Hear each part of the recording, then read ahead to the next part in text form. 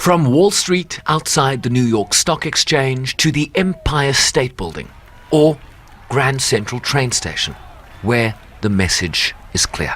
Free, free Palestine! Free, free Palestine! It's just devastating to know that Israel continues to escalate its violence, its genocide against Palestinians in every way. But we know that the Palestinian people have been so resilient in the face of many invasions like this, and we hope that Palestine will continue to fight for their right to be free. While I'm not Palestinian myself, I think many people here may not be Palestinians, but we all feel for the pain and sufferings of the Palestinians. They're under occupations, they're under apartheid regime, and the whole world knows their sufferings. Unfortunately, there's double standards. Nearby at the United Nations, passage of a General Assembly non-binding resolution calling for an immediate ceasefire winning the day, but with little real impact on the ground, as the 10 elected non-permanent members of the Security Council now introduce a fresh draft that would push for humanitarian pauses, with expectations low after 4 failures to agree humanitarian texts in just the last 2 weeks. As the international community, we must be united in calling for an immediate, comprehensive ceasefire.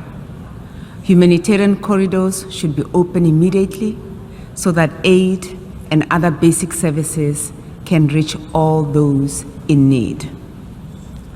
We call on all parties, to exercise restraint and for all states to desist from fueling this increasingly unjust war, including by supplying weapons to the parties.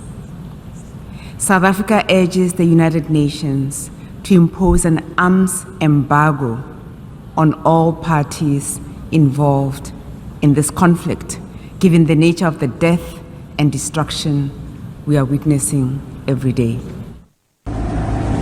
With 33 trucks carrying food, water and medical supplies entering Gaza over the weekend, the predictability of humanitarian aid remains problematic.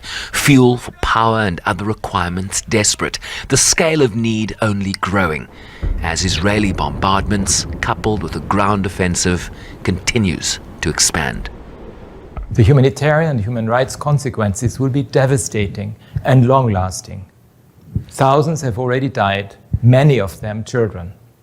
Given the manner in which military operations have been conducted until now, in the context of the 56-year-old occupation, I am raising alarm about the possibly catastrophic consequences of large-scale ground operations in Gaza and the potential for thousands more civilians to die. Continued violence is not the answer. As the Security Council convenes for a 5th time since Hamas's October 7th attack on Israel. That assault killed approximately 1,400 with over 200 hostages taken. The Israeli military response has been overwhelming in Gaza as the death toll climbs above 8,000, including over 3,000 children killed.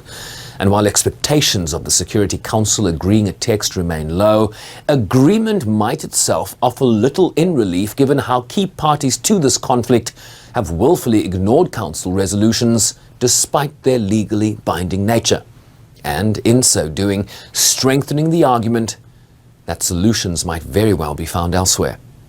Chauvin Ricebees, SABC News, New York.